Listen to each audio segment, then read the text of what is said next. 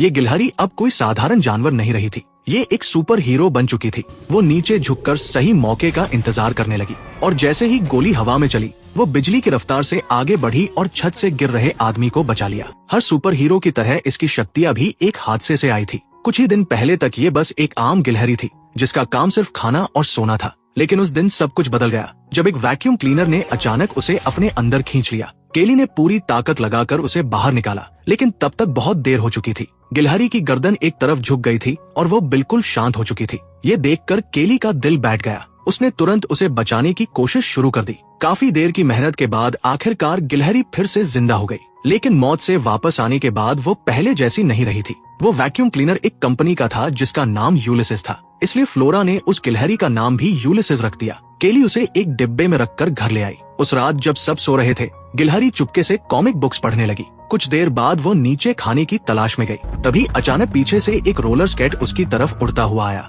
लेकिन गिलहरी ने पीछे मुड़कर देखने की भी जरूरत नहीं समझी। उसने एक शानदार बैकफ्लिप लगाया और आसानी से उससे बच गई। चीज बॉल्स खत्म करने के बाद उसकी नजर टेबल पर रखे टाइपराइटर पर पड़ी। अगली सुबह जॉर्ज ने देखा कि खाली कागज पर एक नई लाइन लिखी हुई थी। उसमें लिखा था, मैं स्क्विरल हीरो हूँ, मेरा पुनर्जन्म हुआ है। ये देखकर केली पूरी तरह हैरान रह गई। फिर गिलहरी ने उसके सामने अपनी एक और अद्भुत शक्ति दिखाई। उसने अपने दोनों पंजों को इतनी तेजी से चलाया कि कुछ ही पलों में पूरा का पूरा एक कविता टाइप कर दी। तभी जॉर्ज घर वापस आ गया। अपनी पत्नी के बार बार कहने पर आखिरकार जॉर्ज को मानना पड़ा कि अब गिलहरी को बाहर छोड़ देना चाहिए। पूरे रास्ते केली यही कहती रही कि ये गिलहरी एक सुपर हीरो है और अभी इसे अपनी सारी शक्तियों पर पूरी तरह नियंत्रण नहीं मिला है। लेकिन जॉर्ज को ये बस एक ट्रेन की हुई साधारण गिलहरी लग रही थी। कुछ देर बाद वे लोग एक रेस्टोरेंट पर रुक गए। ऑर्डर देते समय गिलहरी बार बार इशारों में केली से डोनट्स खरीदने के लिए कह रही थी। उनका अजीब व्यवहार देखकर वेटर को शक हुआ। उसे लगा कि बैग के अंदर कोई बिल्ली का बच्चा है,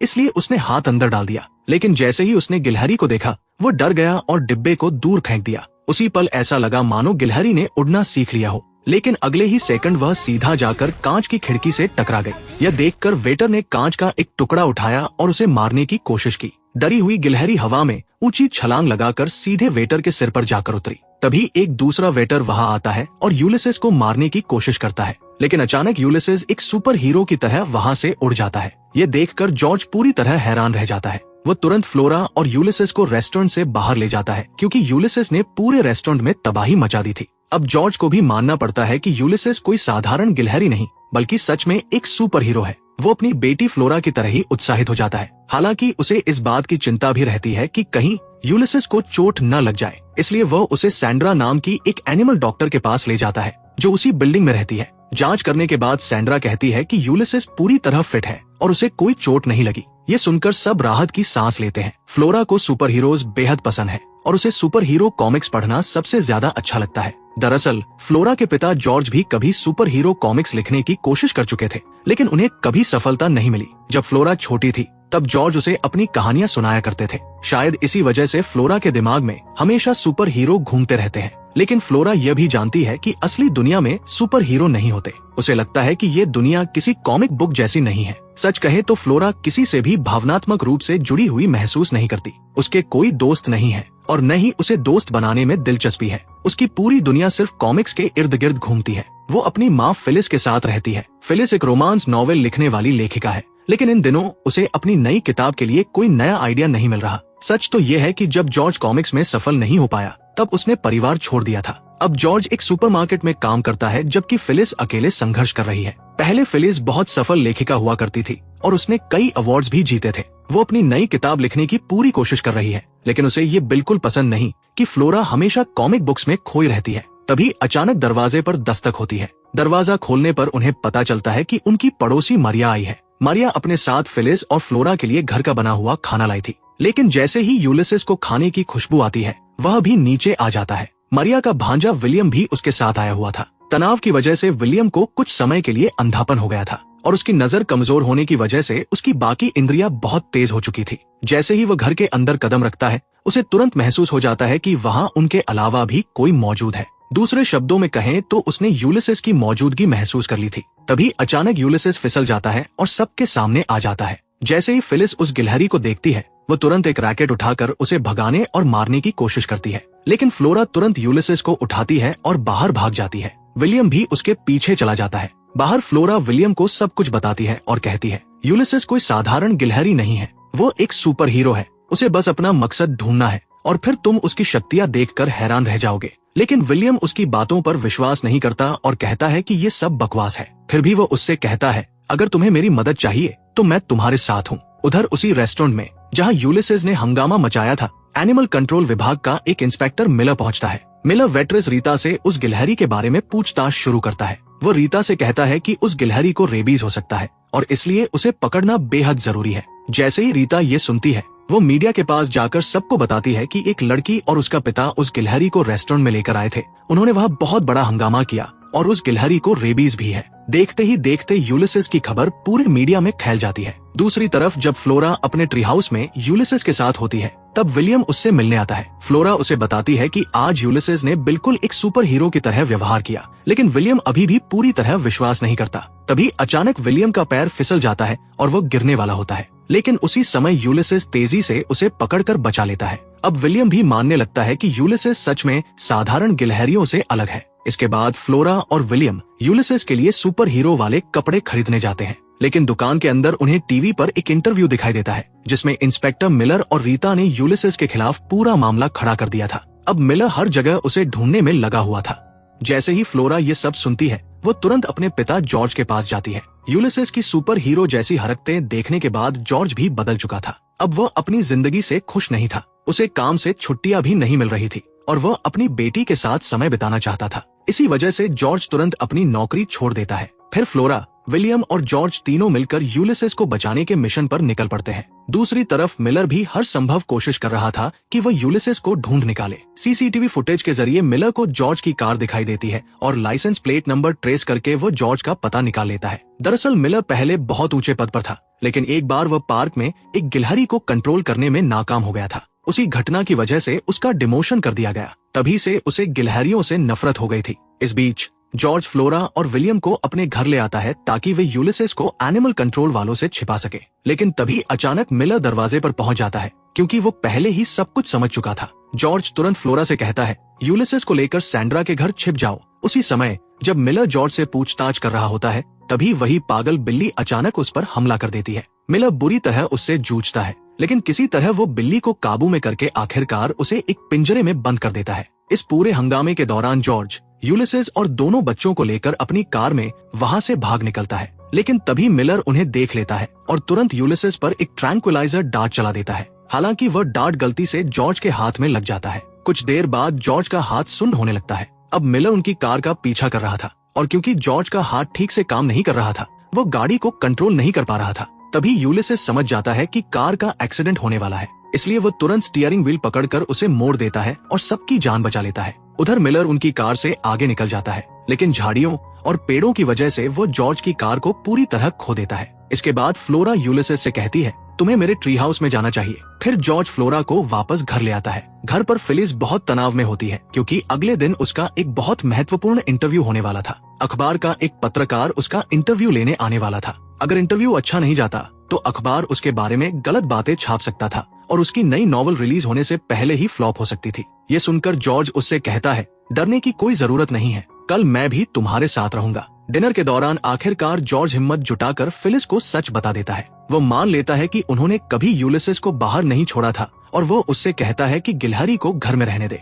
थोड़ी देर पहले फ्लोरा यूलिसेस के लिए खाना और पानी रखने गई थी, लेकिन वो उन तक पहुंच नहीं पा रहा था क्योंकि वे रस्सी से बंधी एक बाल्टी में लटक रहे थे। खाना लेने की कोशिश करते करते अचानक रस्सी टूट जाती है और यूलिसेस सीधे डिनर टेबल पर आ गिरता है। पूरा खाना चारों तरफ बिखर जाता है और ऊपर से झूमर भी नीचे गिर पड़ता है। ये सब ठीक उसी समय होता है जब जॉर्ज फिलिस को मनाने की कोशिश कर रहा होता है, लेकिन हैरानी की बात ये थी कि फिलिस आखिरकार मान जाती है और कहती है ठीक है, यूलिसेस घर में रह सकता है। अगले दिन जब अखबार का पत्रकार फिलिस का इंटरव्यू लेने आता है तो उसकी नजर टाइपराइटर पर लिखी कुछ लाइनों पर पड़ती है। वे लाइनें असल में यूलिसेस ने लिखी थी और वे लगभग कविता जैसी लग रही थी। पत्रकार ये सोच लेता है कि अब फिलिस के पास कोई नए आइडियाज नहीं बचे हैं, इसलिए वो नॉवेल्स छोड़कर ऐसी रैंडम पोएटिक लाइंस लिखने लगी है। यही सोचकर वो पत्रकार तुरंत वहां से चला जाता है। जॉर्ज फिलिस को सब समझाने की कोशिश करता है, लेकिन वो पूरी तरह टूट जाती है। गुस्से में वो उससे कहती है मेरे घर से बाहर निकल जाओ। अब जब जॉर्ज वापस अपने घर जाता है तो वो देखता है कि मिलर पहले से ही वहाँ उसका इंतजार कर रहा है। लेकिन चालाकी से अपने घर में जाने की बजाय जॉर्ज सीधे सैंड्रा के घर चला जाता है। वहाँ वो सैंड्रा को पूरी कहानी बताता है। सैंड्रा उसे समझाती है, रिश्तों में कभी कभी छोटे अलविदा होते रहते हैं और उसमें कुछ गलत नहीं है, लेकिन रिश्ता सच में तब टूटता है जब लोग वापस लौटना भूल जाते हैं। अगले दिन अखबार में फिलिस और जॉर्ज की तस्वीर के साथ एक आर्टिकल छपता है जिसमें लिखा होता है कि अब फिलिस के पास कोई नए आइडियाज नहीं बचे हैं। मिलर भी ये आर्टिकल देख लेता है और तुरंत एक बार फिर यूलिसेस को पकड़ने निकल पड़ता है। दूसरी तरफ फिलिस को लगने लगता है कि ये सारी परेशानियां यूलिसेस की वजह से हो रही है, इसलिए वो उसे एक डिब्बे में रखती है और जंगल में छोड़ने के लिए निकल पड़ती है। लेकिन जब फ्लोरा को ये पता चलता है तो वो तुरंत विलियम के साथ अपनी माँ के पीछे भागती है ताकि उसे रोक सके। इसी बीच जॉर्ज भी फिलिस से मिलने के लिए घर से निकल जाता है। फिर हम देखते हैं कि फिलिस जंगल में यूलिसेस को छोड़ने ही वाली होती है। तभी यूलिसेस उसे एक कैंडी देता है और साथ ही फ्लोरा के लिए लिखा हुआ एक संदेश भी देता है। ये देखकर फिलिस भावुक हो जाती है और रोने लगती है। उसका दिल पूरी तरह बदल जाता है। अब वो यूलिसेस को जंगल में छोड़ने की बजाय वापस घर ले जाने का फैसला करती है। उधर फ्लोरा और विलियम तेज बारिश में फंस जाते हैं। बारिश से बचने के लिए दोनों एक बंद पड़े वाटर पार्क के अंदर छिप जाते हैं। वहाँ फ्लोरा विलियम से कहती है, जब ये वाटर पार्क खुला हुआ करता था तब पापा मम्मी और मुझे यहाँ लाया करते थे और तब हम सच में बहुत खुश थे। ये सुनकर विलियम पूछता है, फिर तुम अपनी माँ को कैसे रोकोगी? तभी फ्लोरा उसे अपनी माँ का सबसे बड़ा award Jack and Rose prize दिखाती है और कहती है, मैं इस अवार्ड को हॉस्टेज बनाऊंगी ताकि मैं यूलिसेस को बचा सकूं। फिर विलियम भी भावुक होकर कहता है, मुझे भी अपने पापा की बहुत याद आती है, लेकिन अब वो इस दुनिया में नहीं है। गुस्से में मैंने अपनी माँ के नए बॉयफ्रेंड का कार्ड पानी में फेंक दिया था और उसी वजह से माँ ने मुझे यहाँ भेज दिया। इसी बीच जॉर्ज भी वहाँ पहुँच जाता है और फिलिस से माफी मांगता है। वो कहता है, अब मैं कहीं नहीं जाऊंगा, मैं हमेशा तुम्हारे साथ रहूंगा। उसी समय फिलिस उसे यूलिसेस द्वारा लिखा गया एक लेटर दिखाती है। उसमें लिखा था, फ्लोरा, अगर तुम जिंदगी में सब कुछ पाना चाहती हो तो इस दुनिया को एक गिलहरी की नजरों से देखना सीखो और छोटी छोटी चीजों में खुशी ढूंढो। तभी फ्लोरा भी वहाँ पहुँच जाती है और अपनी माँ से कहती है, अगर आपने मुझे यूलिसेस वापस नहीं दिया तो मैं ये अवार्ड पानी में फेंक दूंगी। और जैसे ही फ्लोरा ये कहती है, ट्रॉफी उसके हाथ से फिसल जाती है और पानी में गिर जाती है। बिल्कुल टाइटैनिक फिल्म की तरह जैक एक बार फिर नीचे डूब जाता है जबकि रोज ऊपर तैरती रहती है। लेकिन फिलिस कुछ नहीं कहती। आखिरकार वह यूलिसेस को वापस फ्लोरा को दे देती है। लेकिन जैसे ही वे लोग यूलिसेस को लेकर वहाँ से जाने लगते हैं, अचानक मिलर दूर से ट्रैंक्विलाइजर डार्ट चलाता है और यूलिसेस बेहोश होकर गिर पड़ता है। जॉर्ज उसे रोकने की पूरी कोशिश करता है, लेकिन इस बार मिलर सफल हो जाता है। वो कहता है कि अब गिलहरी की पूरी जांच होगी, जिसमें उसके ब्रेन टिश्यू टेस्ट्स भी शामिल होंगे ताकि पता लगाया जा सके कि उसे रेबीज है या नहीं। ये सुनते ही फ्लोरा रोने लगती है, लेकिन जॉर्ज उसे हिम्मत देता है और कहता है, हम अभी हारे नहीं हैं, अब हम सब मिलकर यूलिसेस को बचाएंगे, बिल्कुल एवेंजर्स जैसी सुपर हीरो टीम की तरह।